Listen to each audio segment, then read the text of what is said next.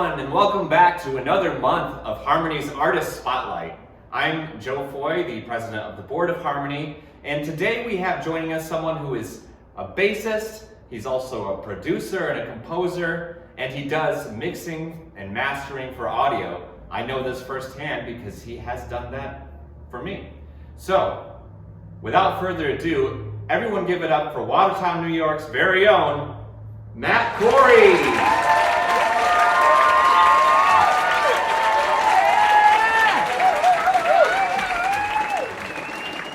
Thanks for joining me, Matt.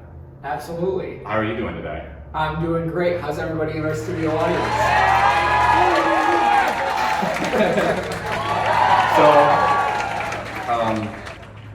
You live in Watertown, right? I do, yes, born and raised. And so you're a bass player, you said, you're a producer. How long have you been doing that? I got my first bass guitar when I was 13 so that I could make rap beats, and that was 22 years ago. Nice. 22 years But I've been ago. doing the studio stuff for about 15, and been playing in bands kind of off and on for another, 17. So. Do you have a preference between the bands or producing? That's a really good question. I think for me it feels satisfying having a hand in all of it. I don't think that doing just one or the other would be satisfying to me. I love the producing end of it and not just writing music, but what you can do in the studio on top of it. So yeah, I like a little bit of everything. That's nice. That's really cool. So what we're gonna do before we move on, we're gonna play a little bit, and we don't know what this is, and you don't know what this is, but we're gonna play it. So it's either gonna be Matt playing in the band, or it's going to be his band, or it's going to be something else. We'll see, and we'll put it in the title. But you'll hear a lot of it this month, so stay tuned for that. Check this out.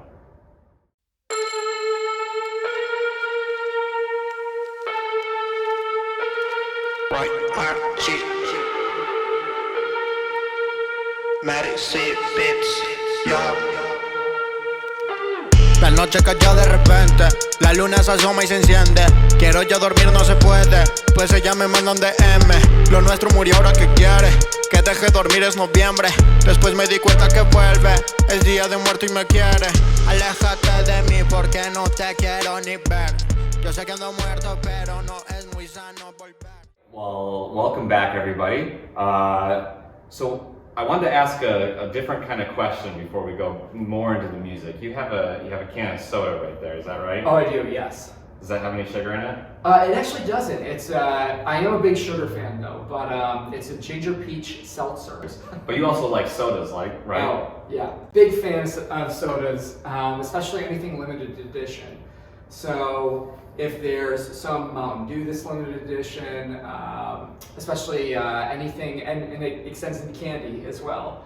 Anything that's seasonal, I'm such a huge fan of like the stuff that comes out around Christmas, or Halloween especially. Lots of good stuff there. So you kind of collect it, but not really because you drink it, right?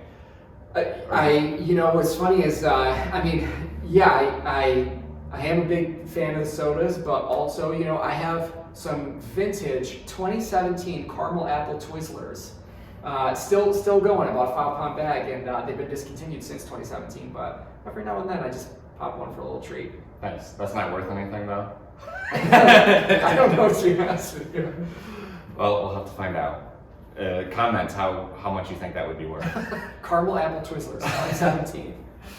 So going back to music, so what inspired, influenced, or motivated you to begin fostering your talents 22 years ago? Yeah, so we'll rewind quite a bit, and I've always been really creative.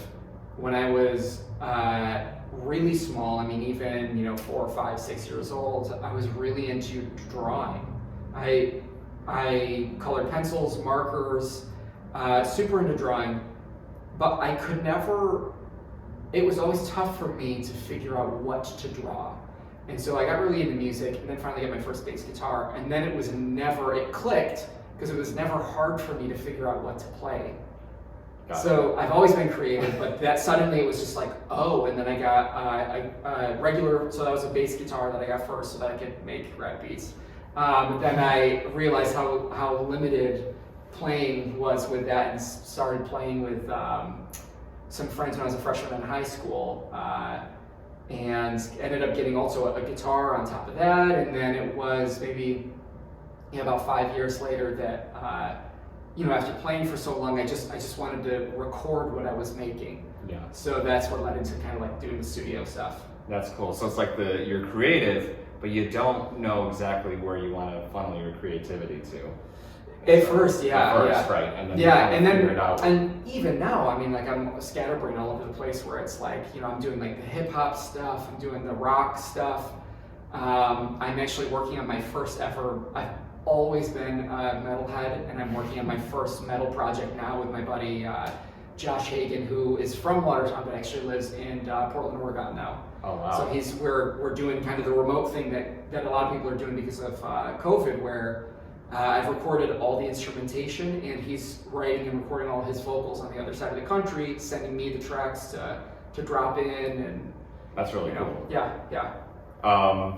And so that's basically what you're doing now, is that collaboration with him while he's in Oregon and you're here. Yep. That's Yeah, cool. and it's been extremely fulfilling. I think, like I said, I've always been a metalhead, and I listen to everything, but it is an itch I've never been able to scratch until now, and finally and I think, finding a vocalist that you jive with and stuff sometimes is hard, but Hagen used to, be a singer in bands way back in the day, from the scene, 15 years ago or so, and I just always loved his voice, and it kind of just, clicked one day, like, oh, like I should do a project with him, and he actually bought, the original plan was for him to fly here and record vocals here, and obviously, with everything going on, it didn't happen. So then, he ended up actually buying a microphone, a little recording setup, and everything. So I think that's been I think a little bit of a fulfilling process for him as well. And he actually plays not just guitar but banjo as well. So there's gonna be a little bit of banjo on the record as well, even though it's like a metal record. It's kind of a more unique kind of creative twist on things. That's pretty cool. Yeah. When do you think that's gonna come out? I would love to think in just a few months. Everything is at most a few months. Everything is tracked except for bass guitar, which it's scratch track in there right now, and I'm replaying the final stuff. When I was composing the songs, like in my computer, basically, I was just kind of loosely playing everything, and then had to go back and replay it super tight. Yeah, people don't get that about production, that you actually have to play the song like 14 times before you actually get to the final production. Yeah, and then even then, all the rhythm guitars, like the heavy rhythm guitars, are quadrupled. So I played all those 4 times, so that there's 2 rhythm guitars on each side, left and right. Yeah. So you gotta get that full nice sound. chunky, yeah, Right, yeah. Exactly. So now I'm listening to the radio the other day. I'm listening to Tunes 925, and I hear this song that's on there, and I'm thinking, this is familiar. It's weird, like a song that's familiar to me, but I don't think other people really I know other people know it, but I don't think like everybody knows it. You know what I mean? It's not like this popular song that's like all over America, and I'm like, oh wait, this is a middle named Quince, and he's doing a series here where he's got some local artists, and he had Nice People, which is a band that you're in. Yep. Do a little thing. You want to talk a little bit about Nice People? Yeah. So it's a band I'm in with a few other local people, and Sean Van Brocklin is the singer. Him and I used to be in a band called Green Revealed together, and Kevin Murray and Andy Reiner are the other 2 musicians in it. And they used to be in a band called like Trainwrecks, as well as a couple other projects as well. And maybe, I think it was 4 years ago, we were all just like, hey, why don't we just do a nice little fun project together and write some rock songs? And it sounds like a really good evolution of what we were doing in previous bands. culminating to what this sound is. And I want to say it's probably been maybe 5, 6, 7 years between when Shawnee V and I were playing music together, and Kevin and Andy to when we started that as well. So it was really nice, and it was very satisfying to get back into it and just have that sort of creative outlet that's a band again. Yeah, and you guys were really fun. We had played, I think, with you. I don't remember who played first or second, but it was always great to hear you. You were so tight. It had that kind of, what I would say, like a progressive sound to it. Yeah. Which is really cool. Thanks. And I've listened to your album quite a bit, so. Yeah. And I'll just say this too. It's.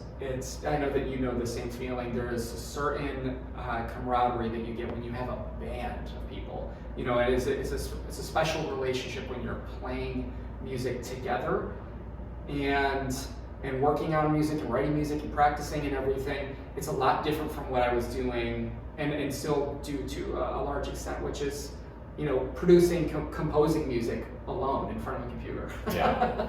So it's a very different sort of. I mean, everybody knows that, like, you're in a band and there's personalities, and bands don't make it because of personalities most of the time. That's how they end up, going. But it's like, but you still love it, and everything about it is you needed it. Yeah. I think some of that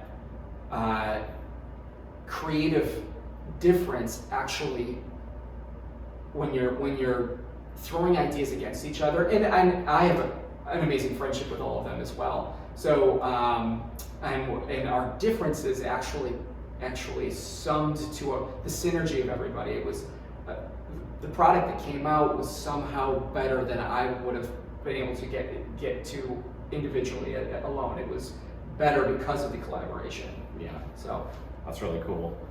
One of the other things that I'm doing as well is still producing the hip hop music for a lot of people, and that kind of keeps me busy, and it's a different itch to scratch, basically, where that is me sitting in front of a computer composing music that's of a totally different genre, a totally different process, lots of synthesizers and things like that. So also it's something that I continue to do. Are they local hip hop, or is it somewhere else? Somewhat. Yeah. So some of it is my own stuff where I get other people to rap on it, and then still working with the Chief out of Utica, who has gone by a few names in the past: Apache Chief, Sad Boy Hours. So yeah, still doing it. Plus, you did one with like Garrison King, didn't you? Were those? Yeah. Yeah. I'm the Demogorgon, playing the electric organ. You're about to bang your head, so keep your neck supported. Hit record, cause I'm fixing to share a story that the fake news media barely even reported. It's a sordid and distorted sort of oratory about a portal that opened in a laboratory. The exploratory team made their descent, and they were greeted by a series of unfortunate events. Now there's a monster that's hiding up in the vents, hell-bent and malcontent with homicidal intent, here to wreak havoc on a Midwest town. Welcome everybody to the Upside Down, for kids in junior high school. So what would you tell someone who's kind of just starting out, doing similar things to what you're doing, maybe starting on bass, maybe starting with production? Yeah. I would say one of the most important things to do is to find your own workflow that you're comfortable with. And that's for anybody being creative. It could be somebody who's a studio person, or playing an instrument, or you're just kind of honing your other craft. I find that especially as as many of us are just busy adults, it's sometimes hard to, whether it's a time thing, it could be like a space thing, making sure that your space is, whether it's a room in your house, or if you're lucky enough to have some other place that's like outside of your house, a practice space or something like that, having a place that you can just walk into and be creative immediately. It's a lot like, when I talk about the workflow, it's a lot like a diet, where not the same diet doesn't work for everybody. You have to find what you're comfortable with, what your process is, and really finding out what makes you the most productive, the most creative, and gives some tangible output. Sometimes it's a gear thing, and I've been in that situation before where you're constantly unplugging things, and you're like, yeah, well, I've got that one guitar head, but amplifier. I could just keep using that same one, and maybe you're dragging it around to shows and then hooking it back up into the studio, but you'd just be more productive and creative if you just had one that sat in the studio. You didn't have to just keep unplugging it and moving it every time and stuff. So like I really truly believe in that sort of mindset. It's like reducing the barriers to being creative and just finding a process that works for you. And I feel like with like technology, it's so tough. I mean, back in the day, it was like, okay, you didn't really have that much gear, right? And then I feel like every single piece of equipment that you have, or everything that's in the software that you have, has a plugin after plugin after plugin. It's like all this stuff that you're not sure if I should use this one or that one. Yeah. And the problem is that, like you talk about the output, like people, especially in production, I feel like they're so afraid of getting to the final output. Oh, totally. Yeah, I think things are so flexible nowadays that it almost makes it hard to commit in a way, especially for anybody who's recording their own music, that there's so many options to an extent it can just never totally feel done. And especially like when it's your own artwork. I think what's increasingly difficult about making music is that there are always so many options at any time. You can totally replace a drum sound or an amp sound, or maybe you're waiting to get a new plugin or a new piece of gear or something and add that in there. And I know that there are other struggles if you're a painter or anything else too, but for the most part, when the paint is down on the canvas, it's there and maybe you touch it up a little bit or something. But with working on music in a computer, it is so tempting to never be done. And I think simplicity has been the key for me, and really almost dialing your options back. Also too, I would say committing, and I don't know if this is too technical, but there are certain things that you can do to commit to a sound before you hit the computer.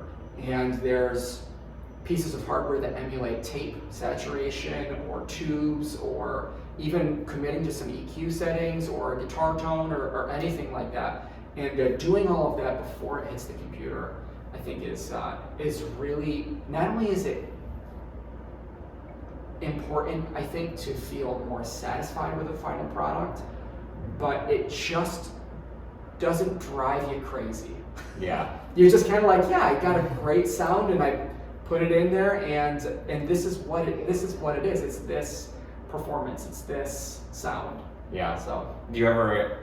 I guess one more thing. Do you ever kind of set deadlines for yourself too, to make sure that you don't, Oh, I have a love-hate relationship with deadlines. I think, and you probably feel the same way, especially if you're working on stuff. I will say this: I think committing to stuff makes me feel a lot better about those deadlines. So, for instance, this last one we redid all the electric guitars on this most recent thing. I recorded it all with an amp, and it went into 3 different pieces of hardware to give it all that analog warmth and that saturation of the records that we love and inspired us and everything before it hit the computer. And once it hit the computer, it's just a little finessing and it was done. So now that I'm finding a workflow that works for me and just ultimately makes me happier, not just more productive, but drives me less crazy. Certainly, that is something that I'm more satisfied with, more productive, and those deadlines are a little less frustrating. Yeah, I think that's really good advice.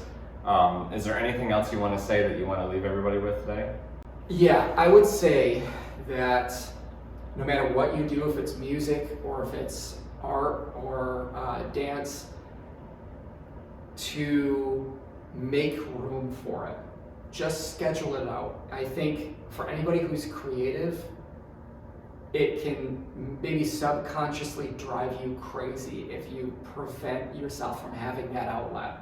And so just putting some time aside in your schedule, even if it's just, once a week or something, or giving you, again, that kind of space to say, oh my gosh, I'm inspired right now, I'm motivated right now to do that thing.